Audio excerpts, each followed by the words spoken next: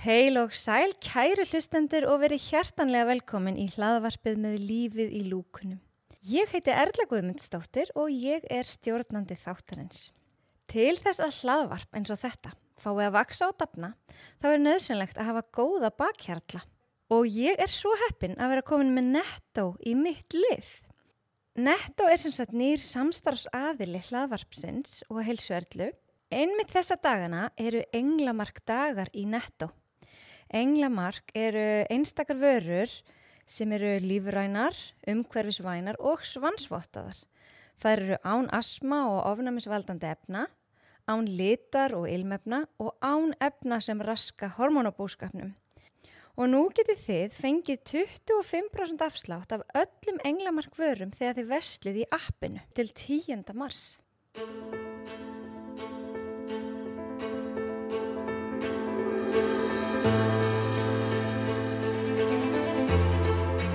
Hjá mér í dag er góð kona, það er hún Laufey Haraldsdóttir sem er stofnandi og eigandi Virkja.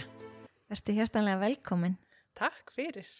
Gætirðu fyrst sagt okkur aðeins frá þér og líka kannski hvað er Virkja? Já, bara endilega og takk fyrir, að vera hér. Ótrúlega gaman að koma.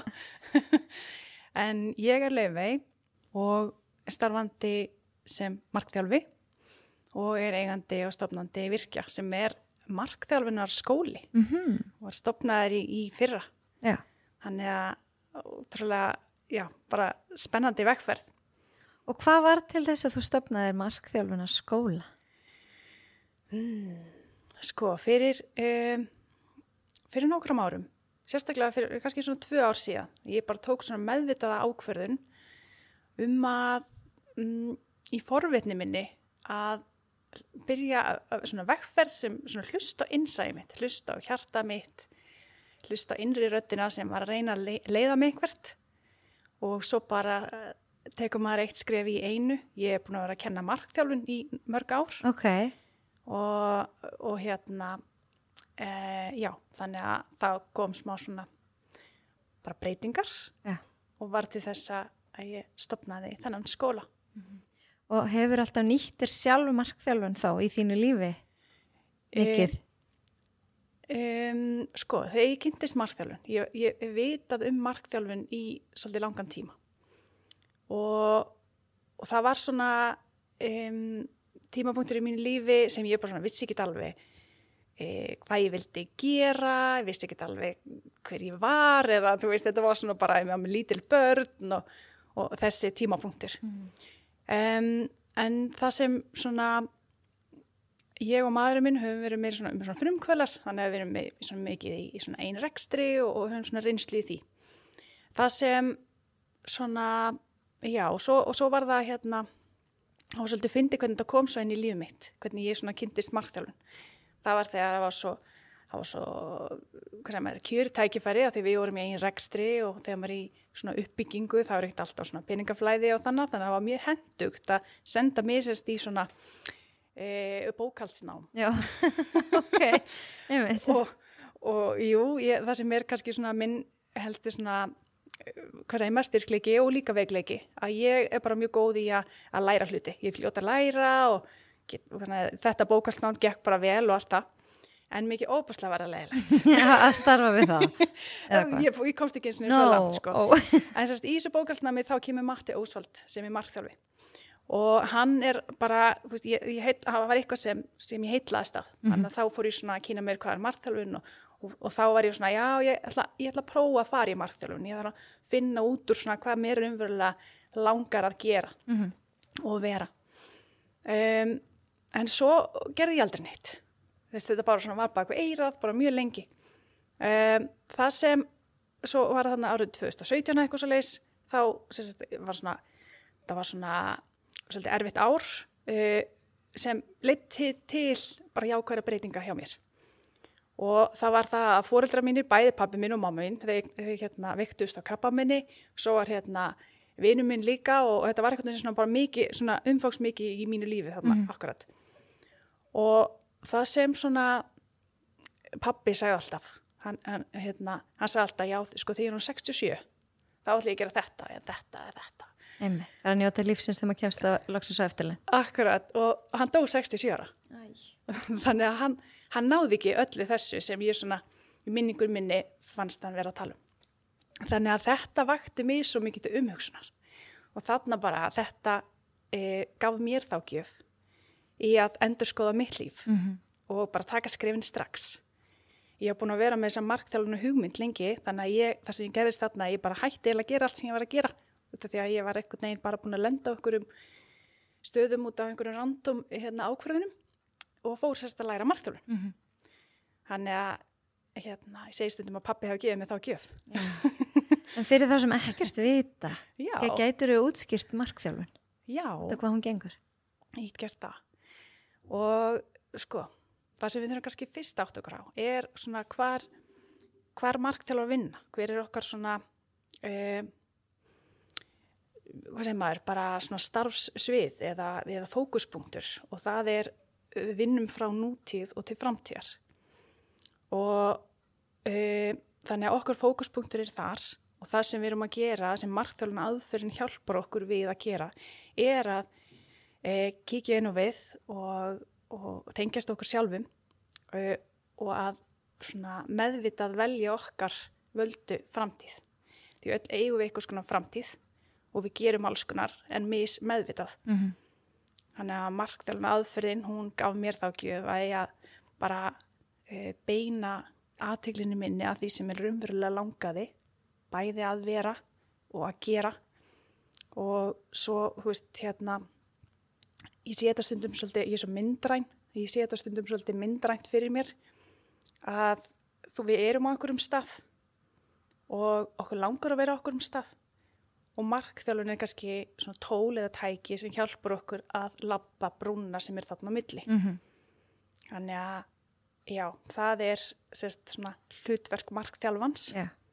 Það að aðstoða fólk við að vita hvað þau vilja, við tengjast svörunum sínum. Já, við erum einmitt svona að draga upp úr því að svörin búi alltaf innra með okkur sjálfum, sko. Það ekki málið? 100%. Já. Við erum ekki að segja hvað þau eiga að gera, hvað þau þurfa að gera heldur að leyfa þeim að koma að staði.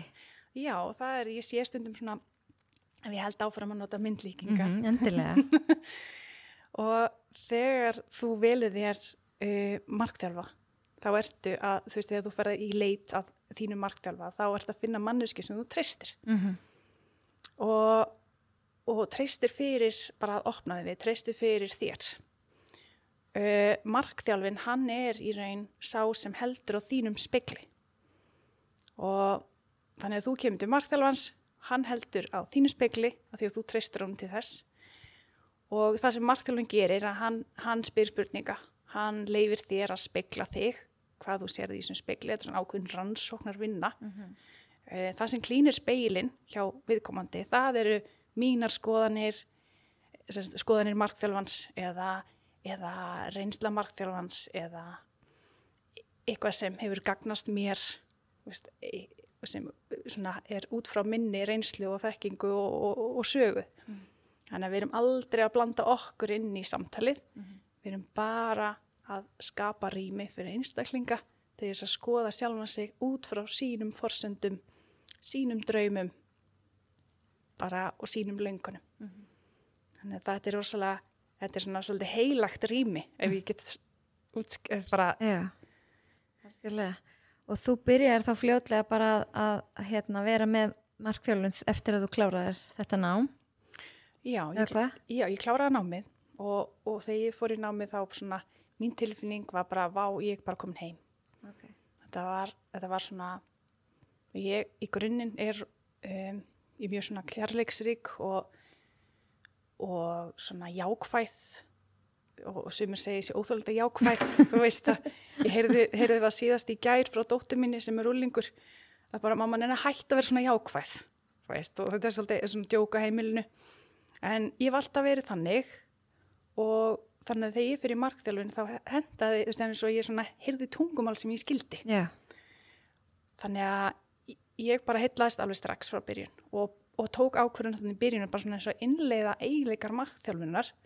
Eiginleikar markþjálfunar eru svo óbúslega sterkir. Þetta þetta þú veist, já, ég geti ég ætla að halda að fara að svara spurningurinni og þannig að, og eftir námið, mitt grunnnámið, þá fór ég bara strax að kenna. Þannig að, þannig ég er búin að kenna bara síðan ég útskrifaðist úr grunnnámi.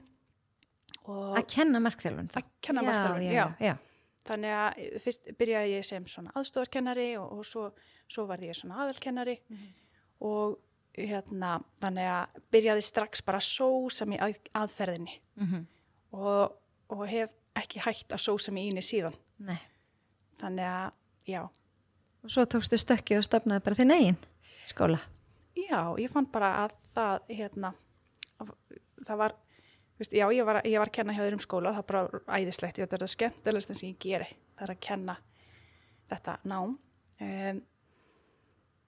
Einfallega vegna þess að bara að sjá bara, og vera vitni af vextinum sem á sér stað þannig inni og það sem fær að koma upp á yfirborðið og blómstra og bara sjá fólk verða meira það sjálft og stækka einhvern veginn inn í sig. Það er svo mikil gjöf. Þannig að þetta hefur alltaf verið að skemmtilegsta sem ég geri. En svo kom bara svona tímapunktur. Ég fann að kannski gildin mín og gjafirnar mínar bara, já, ég fann ég var að svona vaksa kannski í aðra átt en umhverfi skólans sem ég var, þú veist, ég veit ekki, sem bara eðlilegt. Ég var svona, og þannig að ég tek ákvörðun að fann að innsæi mitt sagði að það væri rétt að hætta þar. En þá var ég ekkert búin að ákveða að stofna skóla eða ekki neitt þannig. Þannig að það kom svona smá þögn í raun, ef við getum notað einhver lýsingar á. En ég fann það mjög fljótt að ég gat ekki hugsað mér að ekki vera að kenna. Þetta er bara svo stór partur af mér og þetta er svo mikill eldur innra með mér í að kenna. Þannig að eina leiðin sem ég fann til þess að geta gefið mínar gjafir, það var bara að stofna umhverfi fyrir mig til þess að gefa þær. Og hver er þín þá svona sérstaða? Hvað gerir virkja frábröðin öðrum markþjálfunarskólum? Sko, það sem kannski er skemmtilegt að vita er að þú veist, við markþjálfarskólanir, allir frábærir. En við eigum það öll sameiginlegt að við erum að leitast eftir að vera með svona alþjóðlega vottun á námið.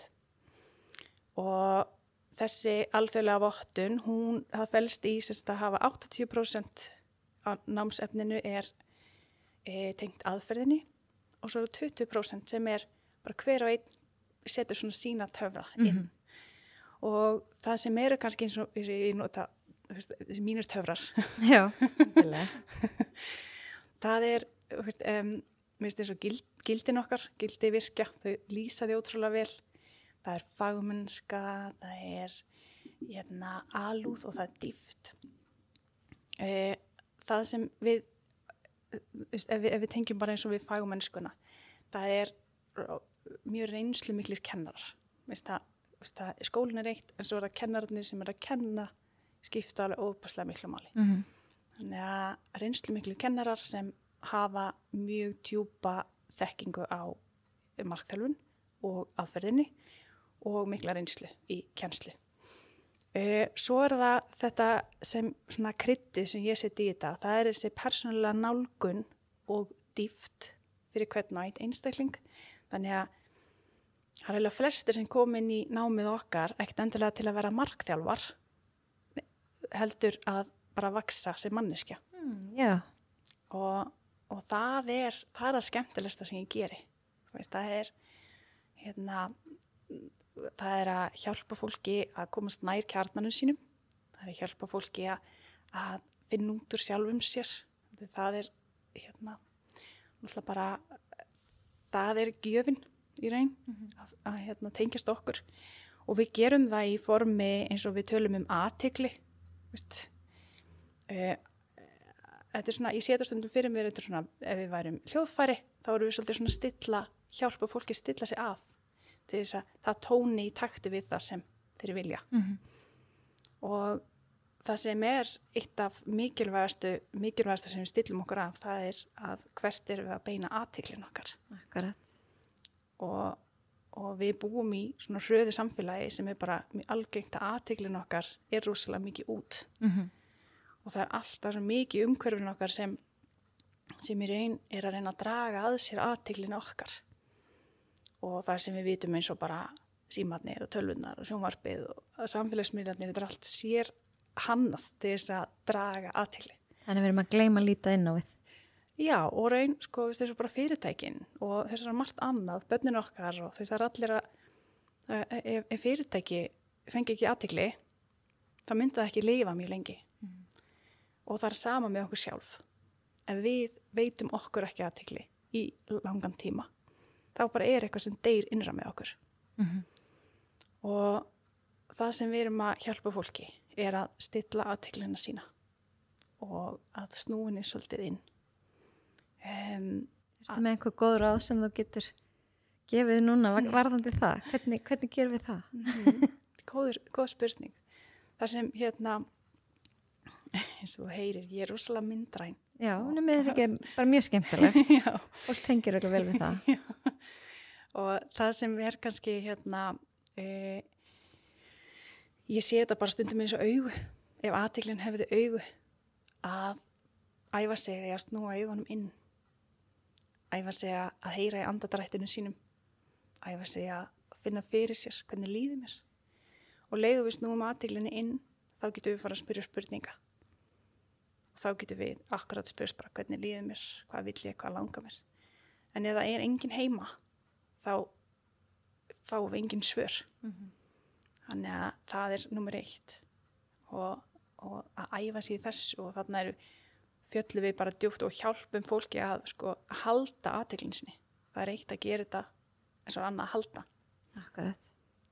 Og það sem einkennar okkur líka að við erum það verkfæri sem ég og maðurinn minn erum búin að þróa í 7 ár. Ok. Sem við köllum meðvitundarskalinn.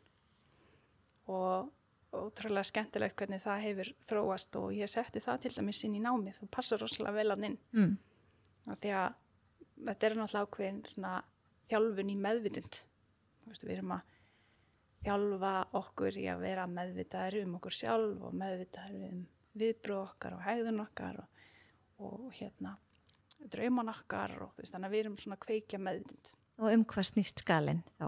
Já. Skalinn snýst, þetta svona verkfæri sem hjálpar okkur að átta okkur á því hjálpar okkur að halda orkustegin okkar. Hjálpar okkur að halda meðvitundinni og lífsorka, meðvitund, þetta svolítið svona tengt. Hann hjálpar okkur að minnka í rauninni atvik þar sem við verðum fyrir orkuleka. Fækka þau atvik. Við könnumst held ég öll við það að fara í vinnuna og vera búin á því eftir á. Það var eitthvað sem gerðist sem gerði verkum að tók frá okkur orku. Akkurat. Þannig að skalinn, hann hjálpar okkur að átta okkur á meira hvar við erum og vera meðvitaðir orkun okkar í aðstæðum og þá fækka atvikum eða atburðarásum sem við verðum fyrir orkuleika og stækka þá hjálpa okkur að halda orkun okkar og höldum orkunni þar á að halda meðvitundinni. Já, þetta líka þá kannski bara hægt að nýta þennan skala til þess að sjá hvar við þurfum að setja okkur skýrari mörk. Algjörlega, meiri meðvitund þá heyrir þú betur í mörkunum þá veistu betur hvað þú vilt og hvað þú vilt ekki og þannig að það að þjálfa okkur í þessu, þetta bara æfing og ég lýsi í stundum þetta svona eins og að læra hjóla. Já. Þú veist, bara lítið barn sem horfir á hina krakkana hjóla og þetta virðist vera mjög auðvelt og þið langar líka hjóla. Þannig að þú sest upp á hjólið og hvað gerist? Þú dettur. Þannig að þetta snýst upp á að fara bara upp á hjólið aftur og halda áfram. Og það að sama þegar við erum að innleiða eitthvað svona sem þetta ekkit auðvelt. Nei. En þetta hægt og maður verið betra og betri í þessu með æfingunni æfingin hún skapar meistaran og hver ekki til ég vera meistar í þessu. Meistar í sjálfum sér. Þannig, já. Og það sem svo skemmtilegt út af þarna í náminu, þá erum við að innleiða bara fullt af, hvað segir maður, við erum svolítið endurstýrl okkur, við erum að endurforma okkur sem manneskjur. Þannig í náminu okkar þá þú veist, það er mikil athygli eða það er mikil fókus sem fer í manneskjuna sjálfa. Og það er það sem ég brenn fyrir að gefa. Markþjálfa aðferðin, hún heldur bara svo vel utan það. Og til þess að átta okkur á því að markþjálfuna aðferðin, hún hjálpar okkur að mála myndina. Hver og einn vill fara. Og það er óbærslega persónubundið. Og það er mjög mikilvægt að hver og einn velur bara sína útkomi. Akkurat. Og svo, já. Er einhverja einstaklingar sem að, þú veist, gagnast meira af markþjálfun en aðrir eða hendar það bara öllum? Geti allir gagnaði að koma í bæði annarkvort að fara á námskeið eða að fara til markþjálfa, skilur við? Akkurat. Sko, markþjálfun er fyrir einstaklinga sem eru tilbúnir, eru á þeim staði sín í lífi, er að þeir eru tilbúnir að horfa fram á veginn. Akkurat. Og það þarf ekki að vera stórt ljós, skilur við, eða bara að þú sjáir eitthvað smá möguleika að vaksa eða breyta eða bæta og bara vakstar möguleika, þarfst ekki að vita hvað það er endilega, en bara þú sjáir smá ljós þegar horfir fram á veginn, þá getur markþjálfi hjálpað þér að stækka ljósið og sjá skýrar. Og það er líka í náminu okkar þá. Þetta er eiginlega svona herbúðir í því. Já. Ég nefnilega segi rosalega oft við fólk sem kemur til mín að því ég er með heilsumarkþjálfun að ég segi eiginlega alltaf bara til hamingju með að vera komin, til hamingju með fyrst að skrifa, því að erfiðast að skrifa er bara mæta. Akkurat. Og allir sem koma og skrá sig, þeir eru tilbúinir. Akkurat þess að mér fannst mér svo gaman skildi segja þetta orð tilbúin. Já. Að því að ég hef fengið til mín fólk sem að aðrir bóka fyrir viðkomandi tíma og þeir koma til mín.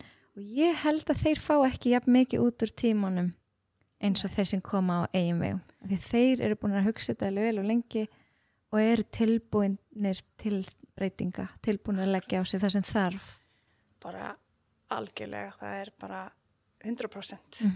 Og ég til dæmis tek ekki, þetta skilir þið hjá mér að þetta sé á þínum einn forsendum. Og bara allt í lagi einhver annar bendið er á en að þú viljir koma. Það er forsenda til þess að vinna okkur áfram. Algjörlega. En varðandi heilsu, ef ég byrja kannski að spyrja, hvað er heilsa og hvernig getum við nýtt markþjálfun síðan til að bæta heilsun okkar? Já, akkurat. Þetta er svo geggjur spurning og þetta er svo mikil gjöf sem þú veist að gefa okkur hinum að hugsa þessa spurningu. Þetta er alveg geggjur. Og heilsa fyrir mér, það er fyrsta orðið sem kemur er svona eins og heil heilsa. Það skiptir mér máli er svona heil heilsa einhvern veginn. Og heil heilsa fyrir mér er, þú veist, það er líkamleg heilsa og svo andleg heilsa. Og þetta er í rauninni það sama og er svo óbærslega tengt. Þannig að, þú veist, já, þannig að sko, en það sem vefur þetta einhvern veginn allt saman, það er tengingin við mig. Að ég áttum á, sko, bara áttum á sjálfum mér. Veist, hvað þarf ég? Og að standa með sjálfum mér. Og að taka skrefin. Og að, þú veist, að við vitum öllu vegum að hreyfa okkur eða borða vel eða eitthvað svona. En það sem ég gerði, því að mitt svona, hvað segir maður, mitt áhugasvið, það er meira svona andleg heilsa. Þar vinn ég, veist, og er góð í bara virkilega. Og svo er það líkamlega heilsa sem er jafn mikilvæg. Og það sem ég gerði til þess að hafa heilsuna mína heila er að ég er sérst í svona einkaþjálfun, eða svona hópþjálfun. Og það er svo gott að hafa eitthvað sem svona hjálpa mér þar. Þá get ég bara verið í áhugamálum mínum, það er bara að mæta. Akkurat, já. En það gerir það verkum að heilsan mín er heil. Einhvern veginn hef ég... Já, þú ert að sinna öllum þáttum. Já. og svo finn ég mitt að ef andlega heilsan dettur út þá hefur það náttúrulega áhrif og líkamlega heilsun og svo öfugt. En ég finn líka að mitt svona verkefni að finna svona jafnvægi á heilsunni minni. Semst að gera bara ekki, það svona mottóið mitt að gera ekki of af neinu. Okay. Ekki of mikið, ekki of lítið, heldur að finna jafnvægið þannig. Og það það bæði í andlegu, ég man þegar ég byrjaði svona einhver andlega vegferð, maður vildi vera allstaðar og maður gæti verið öll kvöld eitthvað að gera, en það ójafnvægi. Akkurat. Og eins með líkamlega heilsuna, við eigum bara eitt líkama og þannig að það þarf líka að fara vel með hann. Þannig að ég svona að reyna að finna þetta jafnvægi að gera svona mátilegt. Það aðeinslegt. Því miður þá eru Íslendingar svolítið svona skorpufólk. Akkurat. Og þá verður þetta svolítið svona öfgar í allar áttir. Bara þú tekur öfga í mataræði eða hreyfingu í smá tíma og svo bara hættir alveg. Þú veist, þetta svo algengt, þetta svo sorglega algengt. Já, þetta það og það þarf svo mikla sjálfsmeðvitund til þess að vera, það þarf einhver að vera heima. Ég kalla stundum meðvitund, það einhver með vitundunum minni, ég með mér, Já. Það einhver heima hjá mér og það þarf einhver að vera heima innra með mér til þess að vera varbergi að ég sé ekki að gera of mikið heldur og ekki of lítið.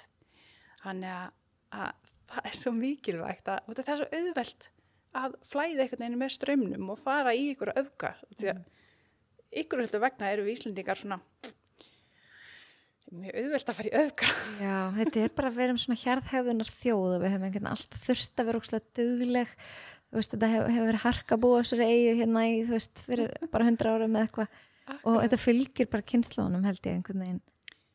Bara einhver massa þrautsegja sem fallegt og styrkleiki, en hann getur líka verið þá veikleiki við förum einhvern veginn yfir jafnvægið eða yfir strikið. Já, akkurat. Þannig að þetta svo, maður þarf alltaf að vera varbergi, finnst mér, varðandi heilsuna sína.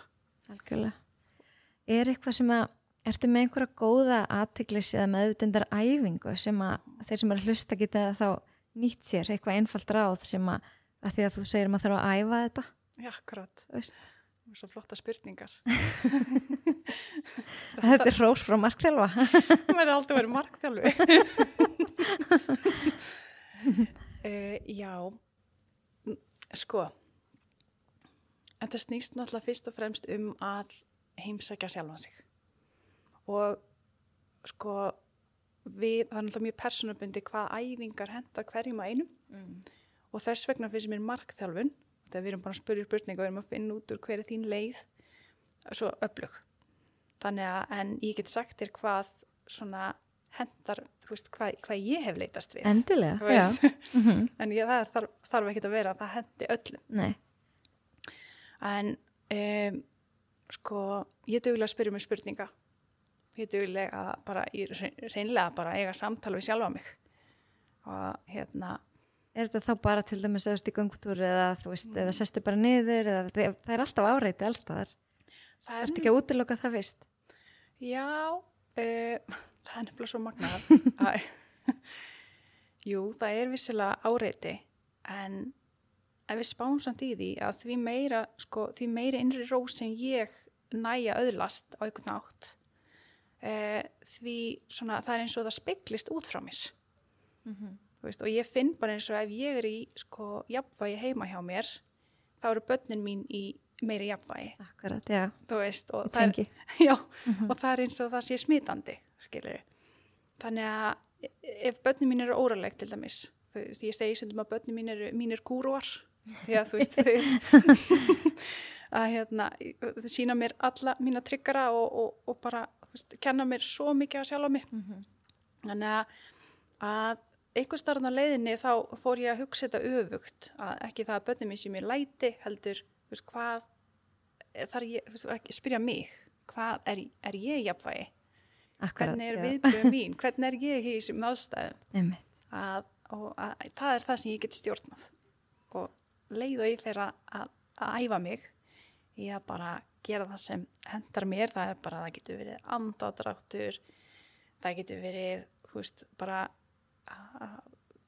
fara út að fá með ferskt loft eða setjast aðeins og Já. þú veist, já, þetta Þetta er þessi meðvitund, að vera meðvitaður aðstæðan sem er í og kannski af hverju það tryggjara mann eða af hverju já, og bara, þú veist, eins og ekki upp ákveðna tilfinningar. myndlíkingin með augun, skilur, þú veist, ok, ef það er óraleiki kringum þig, þá er mjög hollt að snúa augunum inn og aðtöga hvernig staðan er þar og aðtöga hvort að það sé kannski bara í takti við umhverfið þitt. Akkurat, já, einmitt. Ég er bara nýbúin að vera í svona aðstæðum þar sem það var einhver að smjatta og ég hugsaði, af hverju fer þetta í taugarnar á mér? Þeir eru aldrei farið í taugarnar á mér. Og ég var bara eitthvað, hvað er í gangi? Þú veist, og þarna leit ég inn á við, en ég fann svo sem ekkert út af hverju. Nei.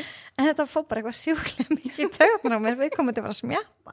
Svona hátt, ég bara, og líka eins og með börnin okkar, þú veist, ef að þau gera eitthvað eða gera ekki eitthvað sem við byggðum þau af hverju stuðar það mér svona mikið? Þú veist, hvað er það? Nákvæmlega. Ég er ekki með svörin ennþá, en...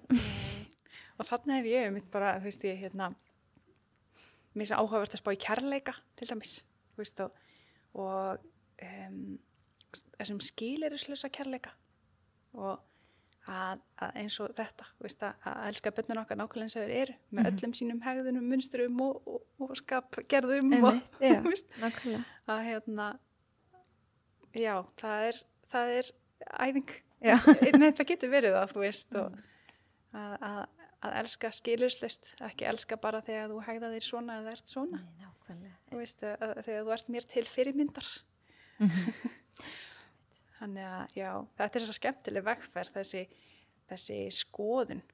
Hvernig elska ég? Hvernig hlusta ég? Já.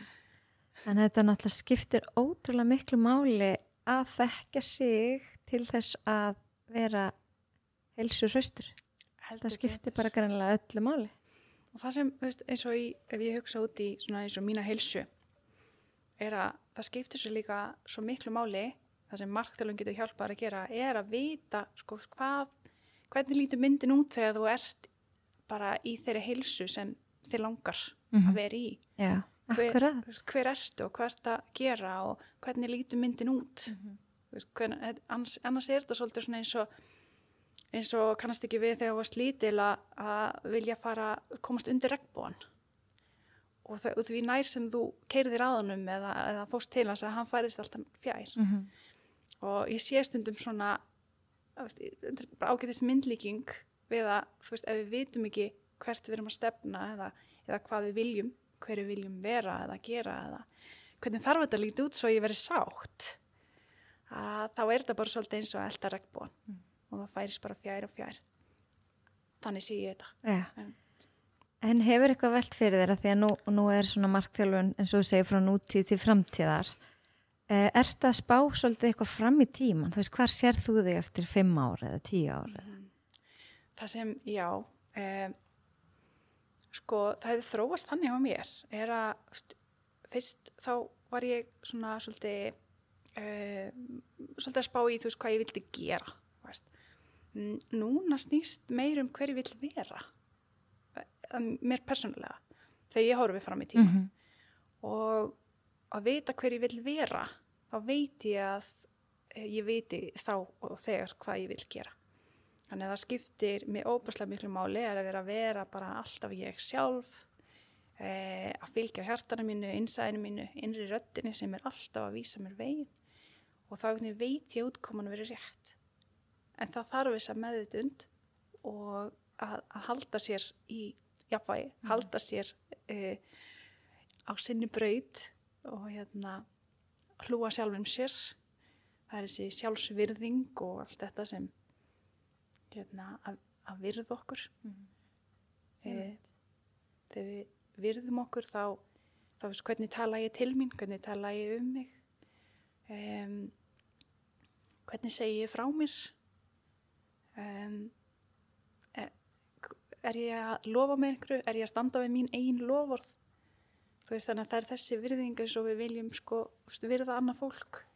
Æfa sig að virða sjálfan sig á samskonar hátt. og já.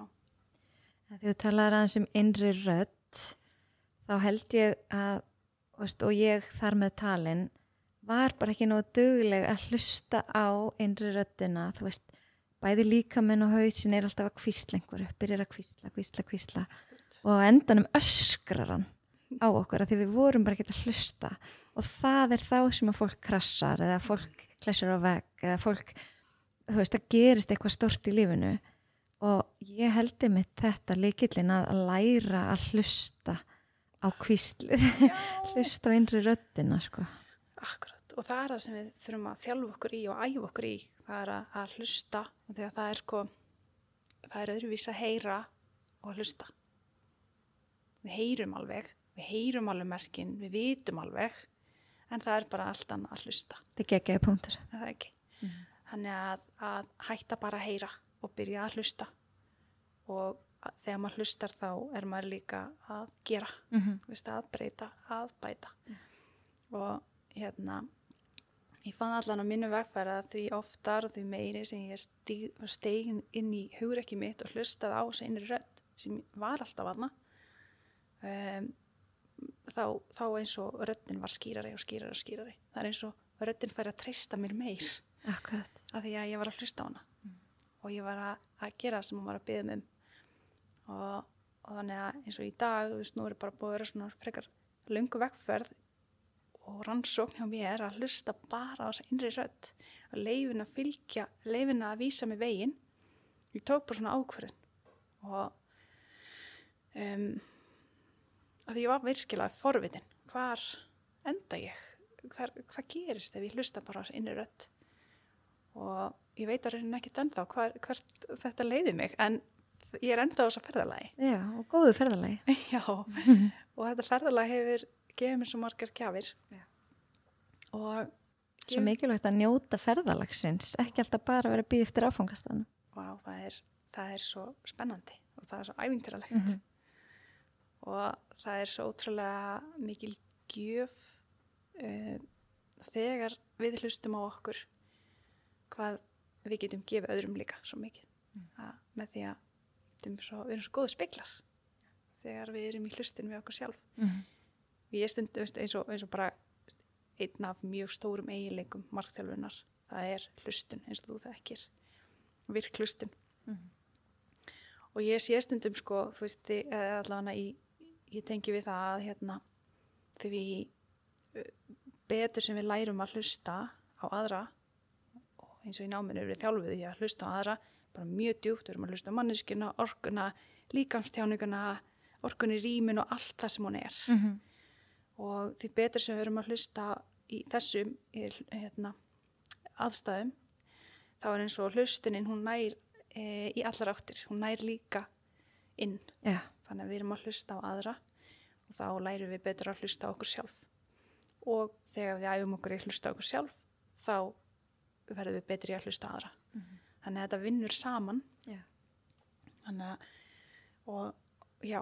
að þegar ég markþjóla til dæmis, þá finnst mér stundum eins og það virkar á mig sem ákveðin iðkun. Það kemur mér í ákveði ástand. Ég hætti að hugsa og ég fer að hlusta. Akkurat, já, akkurat. Bara eins og við gerum þegar við hugleiðum. Þú veist að þegar aðferðin alveg sest og við lærum þessa aðferð, þá raunverulega að hjálpa okkur að róa hugan og byrja að hlusta. Og það það sem við erum að læra líka í náminu. Já, en þegar þú nefndir orku, þú veist að skynja orkuna, að þar hafa sumir forskot og ég áttaði mig ekki að því fyrir en í viðtalinu við hann Gísla stjörnuspeki og heilsu og hann var eiginlega að tala það sama. Stjörnuspeki getur bara að hjálpa okkur að skilja okkur sjálf þótt allir trú ekki endilega á spekina. Akkurat. En það var þetta ég var að segja, ég skynja orku þegar einhver gengur inn í herbyggi eða hvernig börnunum mínu líður eða makanum mínu líður. En svo benti hann mér á að það eru ekki allir þannig. Einmitt. Og þá var ég mjög hissa. Þannig að þeir sem eru með þessa gjöf, að þú talar um gjafir, ætti að nýta sér hana. Algjörlega, og ég myndi segja bara, þú veist, eins og gjöf, eins og bara hafa áhuga á að styðja aðra. og hafa áhuga á að vaksa sem manneskja. Hafa áhuga á að ná tökum á sjálfum þér og bara svona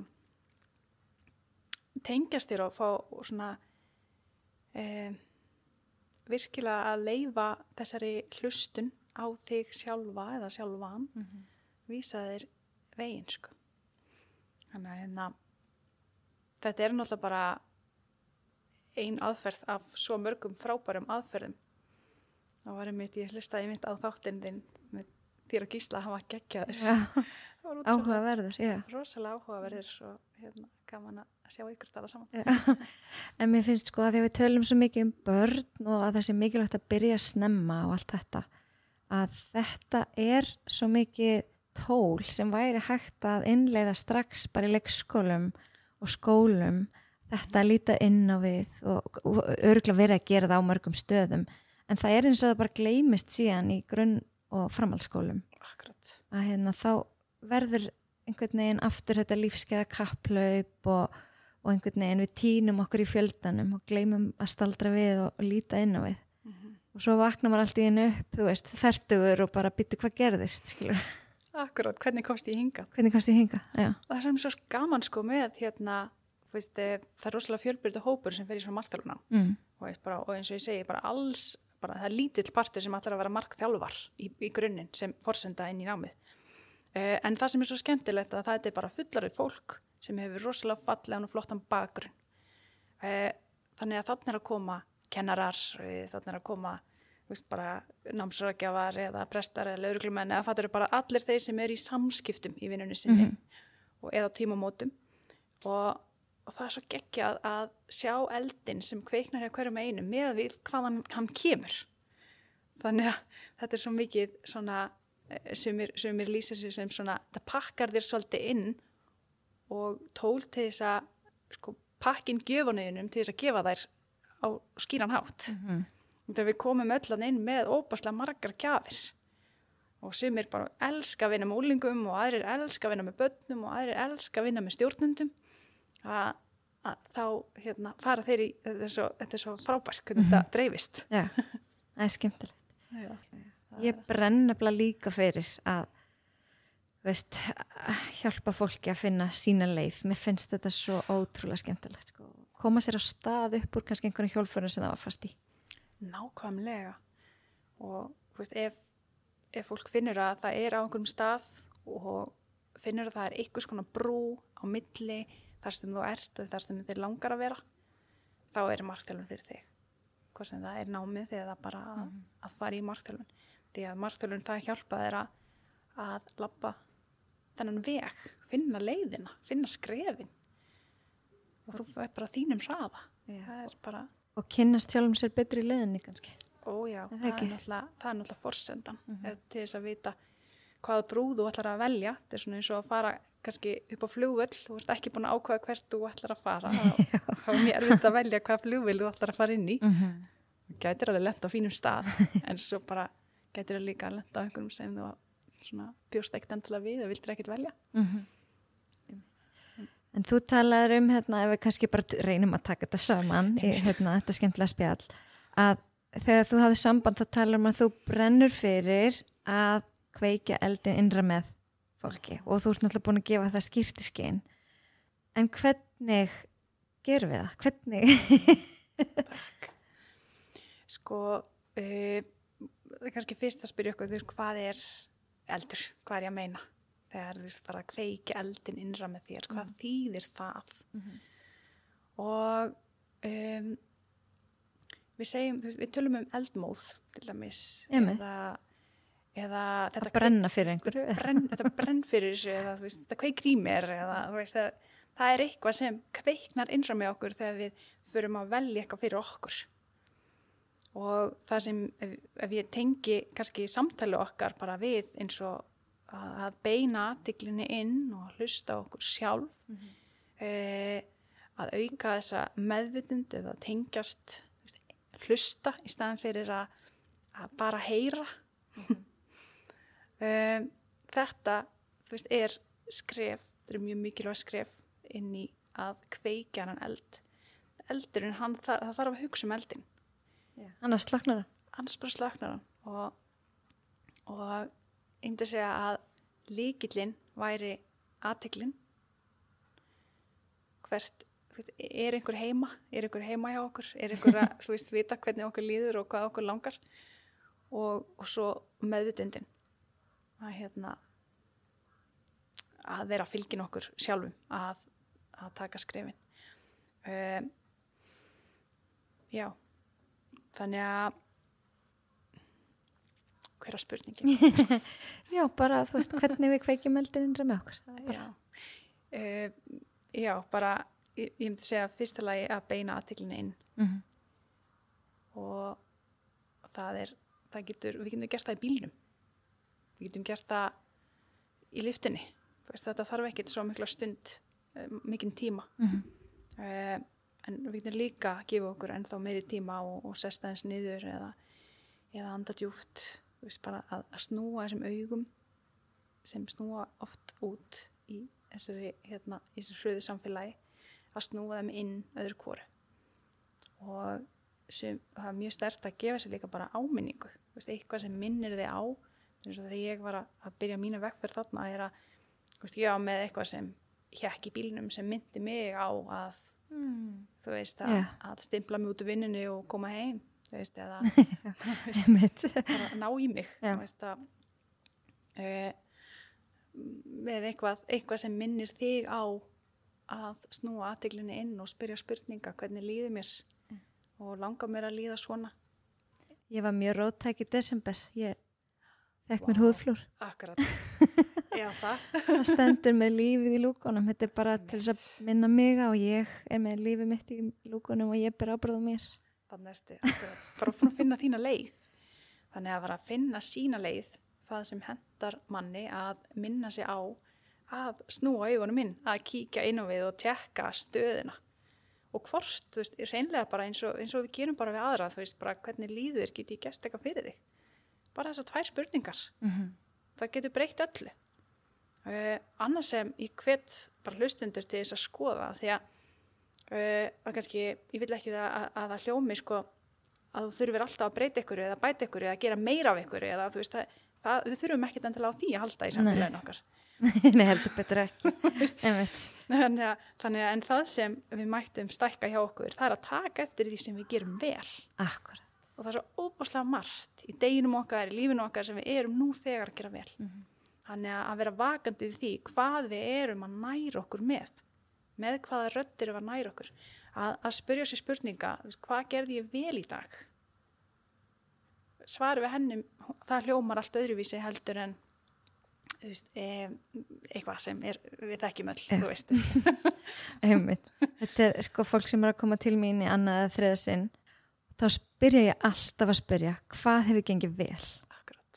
Og þetta er viljandi, að því að ef ég myndi byrja að fara, og það fólki byrjar yfirleitt, ég hefði þetta að gera þetta, ég er ekki byrjað á þessu, en ef þú byrjar að segja, hvað hefur gengið vel? Akkurat. Það minnir fólk á, heyrðu, ég er búin að gera fullt síðan við hittum síðast. Já. Þetta er bara lykil spurning og bara algjörlega, hún hljómar allt öðruvísi heldur en hvernig gekk. Já. Bara allt annað svar. Einmitt, já. Og þetta getur við notað á okkur sjálf líka, að hvernig er þetta að spyrja? Góða punktur. Þú veist, er ég að spyrja mig hvernig gekk í dag eða hvað gekk vel í dag? Má mætti kannski vera duglegur að spyrja börnin sín líka að þessu, þegar koma heim úr skólanum? 100% og prófið þetta, þú veist að bara að breyta þessari spurningu svona og það er alltaf þessi svar. Þannig að algjörlega. Bara, þú veist, já. Ef við endum kannski á einni spurningu, ef ég væri núna komið í markþjálfun til þín í fyrsta sinn, á hverju myndum við byrja? Hvernig getur fólk komið sér á stað bara svona til að sá svona fræðum hjá fólki, þú veist, og svo getur að leita til markþjálfa setna, en oft er svo gott að vita svona eins hvað maður er að fara út í. Já, við myndum bara að byrja á að það sem er lykilatriði er að mynda traust. Og það er það sem við byggjum ofan á. Þannig að við og það að mynda traust að byrja bara strax í fyrstu kynnum, þú veist hvort sem það er e-mail eða samtal, símtal eða hvað eina, þannig að en það er einhver ástæði fyrir komin og einhver ástæði fyrir valdir að koma til mín. það er eitthvað traust þarna bakvið. Mhm. Við byrjum á því að lenda og fara yfir svona lykilatriði, þannig að eins og að samstilla okkur saman, þannig að við getum tónað fallega saman. Og þá meina ég bara að þú veist að þú svona útskýra fyrir þig hvað þú fara út í, ég fer yfir, þú veist eins og þegar þú kemur í margþjóðan til mín, þá tek ég alltaf fram að hérna bjóða svolítið inn heiðarleikunum, hreinskilninni, og ef fólk finnur eitthvað innra með sér og það er eitthvað sem ég er að spyrja að gera sem er ekkert að virka endilega svo mikið, að þá bið ég og býð fólki alltaf á nennir please að segja mér, af því að mér finnst óbærslega leiðilegt að gera hluti sem virkar ekki. Þannig að ég vil nýta tíman vel og ég vil bara einblína á þeim sem virkar. Þannig að það er þessi beinu tjáskipti sem eiga sér stað, þetta fallega samband og milli markþega og markþjálfa. Þannig að og þetta samband það styrkist bara og traustið verður meira og dýpra og sem gerir það verkum að við getum unnið dýpra. Við komumst eins langt og traustið lifur okkur. Akkurat. Þannig að En við þetta allt í einu hug, hvaðan kemur nafnið Virkja? Já, Virkja er bara það sem ég brenn fyrir er að virkja það besta fram hjá öðrum og sjálfum mér. Og það sem nafnið kom frá bara að ég virkja meðvitund, virkja vitund, virkja manneskjuna, virkja draumana. Þannig að það er það sem ég vil standa fyrir, það er að hjálpa öðrum að virkja sig og það sem það vill upplifa, sinn veruleika. Já. En dásamlegt, bara takk fyrir að gefa svona mikið af þér og virkja alla þessa hvað segir maður, hæfileika eða virkja bara einstaklingana. Já, bara það er heiður að koma og bara gaman að tala. Ég vona það að ég fór ekki út allt. Nei, þetta var dásamlegt. Ég er alveg vissum að margir gátu tekið eitthvað gott út úr þessu. Þó það hef ekki nema bara verið það að hætta að heyra og fara að hlusta. Já. Ég tók það til mín. Akkurat. Hætta að heyra og byrja að hlusta. Sérstaklega sjálf á mig. Já. Og spyrja réttu spurningana. Algjörlega. Gefum okkur rými til þess að geta hlusta á okkur sjálfleika. Já. Það er bara svo stór gjöf. Og við vitum þetta öll. En það er bara öðruvísi að hlusta á það. Takk enn og aftur, takk fyrir að koma. Takk fyrir mig. Og ég hvet alla til þess að fylgja hlaðvarpinu með lífið í lúkunum á Spotify eða Apple Podcast eða öðrum streymisveitum, því þá sjáu þið nefnilega þegar næsti þáttur dettur í loftið. Og ef þú ert á Instagram, endilega fylgdu Heilsu Erla.